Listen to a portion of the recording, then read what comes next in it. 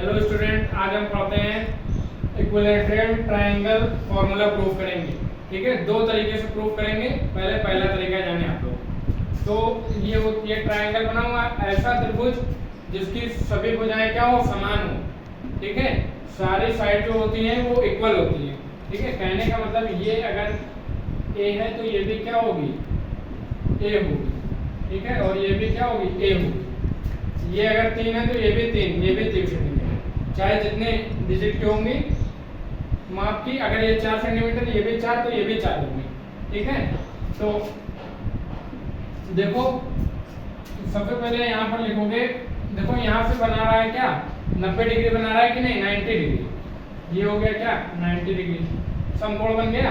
तो यहाँ पर लिखो समकोण त्रिभुज का क्षेत्रफल। समकोण त्रिभुज का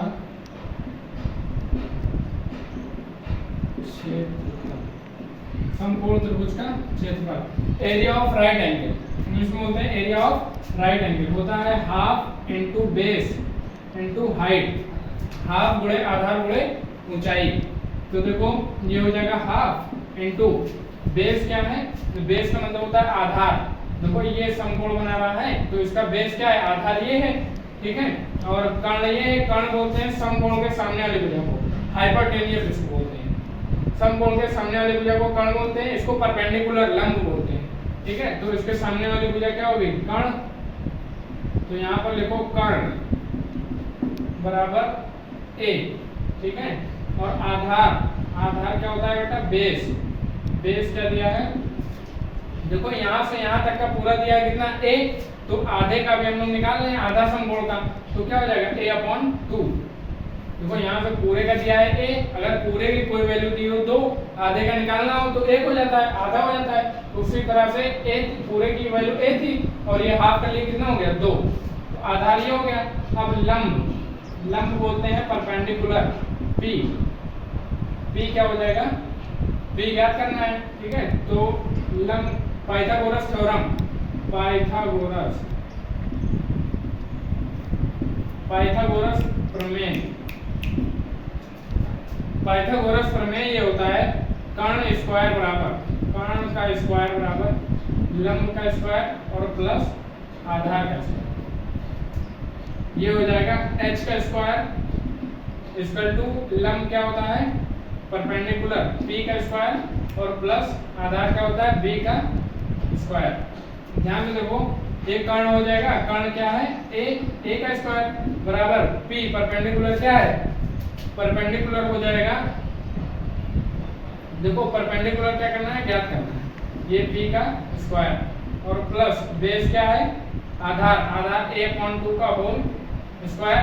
तो ये हो जाएगा a का स्क्वायर बराबर p का स्क्वायर और प्लस a का स्क्वायर का मतलब इसका होल स्क्वायर कर लो। आप लोग जानते होंगे a²/4 हो जाएगा। ये p स्क्वायर बराबर, देखो a², ये प्लस में इधर लाओ, इसमें माइनस में a² कितना, 4। इसका मल्टीप्लाई से करो, 4a² माइनस a²। ये देख लो 4a² माइनस a²/4 बराबर क्या हो जाएगा, p का स्क्वायर। इधर देखो p का स्क्वायर बराबर 4 में से घटाओगे ना, 3a²/4। यहाँ पे स्क्वायर हटाओ, यहाँ पे थोड़ा अंडर रूट, तो p बराबर हो जाएगा √3/2 गुणे क्या, a²। ये क्या आ गया, p बराबर √3/2a²। तो सॉरी, स्क्वायर भी कैंसिल हो जाएगा, है ना। जब इसका वर्गमूल निकालेंगे स्क्वायर भी क्या हो जाएगा, कैंसिल हो जाएगा। तो p बराबर √3/2 इंटू a। तो बेस क्या है, हम लोग बेस क्या बने हैं, a/2। यहाँ पर रख दो a/2 इंटू हाइट क्या हो गई, हाइट मतलब ऊंचाई, परपेंडिकुलर लंब कितना निकालने हैं, √3/2a। तो यहाँ पर लिखो समकोण त्रिभुज का क्षेत्रफल। ठीक है, एरिया ऑफ राइट एंगल जिसको बोलते हैं, समकोण त्रिभुज का क्षेत्रफल बराबर हो जाएगा। फिर से यहाँ पर लिखेंगे समकोण त्रिभुज का क्षेत्रफल बराबर, देखो इसका गुणा इससे करो, ये हो जाएगा √3 a² अपॉन 2 का 2 दूना 4, 4 दूना 8। ठीक है, ये कितना आ गया √3a² और समकोण त्रिभुज का क्षेत्रफल आ गया। देखो बेटा ध्यान दो, आधे का भी हम लोगों ने निकाला है, स्टार्टिंग में ही हमने बताया आधे का निकालना है, आधे का निकाला है, आधे का और निकालना है। तो चाहे इसको यही प्रक्रिया 2 बार कर लो और चाहे यही चीज एक बार और ऐड कर लो, चाहे इसमें 2 से गुणा करा दो, तीनों चीज एक ही है। ठीक है, तो 2 से इसमें मल्टीप्लाई करा दो, सबसे सिंपल वाला काम करो, इनटू 2, ये हो जाएगा √3 अपॉन, देखो 2 4 8 अपॉन 4।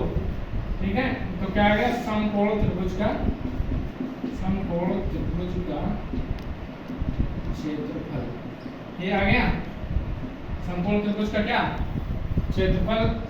आगे देखो यहाँ भी लिखो समकोण त्रिभुज का क्षेत्रफल, ये हो गया। और समबाहु त्रिभुज का क्षेत्रफल जो होता है बेटा, समबाहु इक्विलैटरल ट्रायंगल, ठीक है, एरिया ऑफ इक्विलैटरल ट्रायंगल, समबाहु त्रिभुज का क्षेत्रफल, त्रिभुज का क्या क्षेत्रफल जो होता है वो होता है √3 अपॉन 4 इंटू a²। ठीक है, तो ये क्या हो गया, प्रूव्ड हो गया। तो ये पहले तरीके से हमने प्रूव्ड कर दिया। ठीक है, आप लोगों को समझ में आया होगा, आशा करते हैं। तो अब दूसरा तरीका जानो। देखो पहले तरीके से तो ये समबाहु त्रिभुज का क्षेत्रफल प्रूव्ड हो गया। किसी को कोई अगर डाउट होगा वो कमेंट में मुझसे पूछ सकता है। ठीक है, तो अब दूसरे तरीके से जानो बेटा। दूसरे तरीके से ये हो जाएगा, इसको इरेज करते हैं। अब दूसरे तरीके से हम लोग जानेंगे सेकंड मेथड। दूसरा तरीका जानो।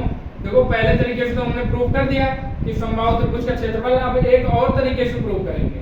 ठीक है, तो ये हम लोगों ने फिर से एक त्रिभुज बना लिया है। ठीक है, तो ये कौन सा त्रिभुज है, समबाहु त्रिभुज। ठीक है, इसी का फॉर्मूला प्रूव करना है। अभी हमने प्रूव किया था, आया था √3 अपॉन 4 इंटू a²। ठीक है, अब देखो दूसरे तरीके से भी प्रूव करेंगे, फिर भी यही आएगा। देखो कैसे, ये हो गया क्या a, ये हो गया क्या b, ये हो गया क्या c।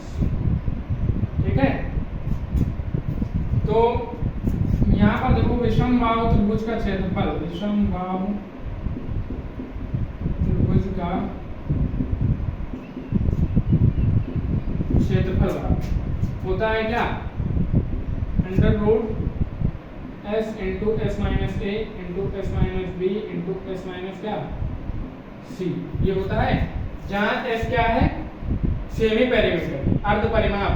a क्या है, पहली भुजा, b दूसरी और c तीसरी भुजा। ये फर्स्ट साइड है, सेकंड साइड है, थर्ड साइड। तो ये होता है a b c बना लिए। अब फिर से एक त्रिभुज बनाओ, नहीं तो उसमें समझ नहीं पाओगे। a b a c, हमने बताया था स्टार्टिंग में ही कि समकोण समबाहु त्रिभुज की सभी भुजाएं क्या होती हैं, समान होती हैं। ऑल साइड जो होती हैं वो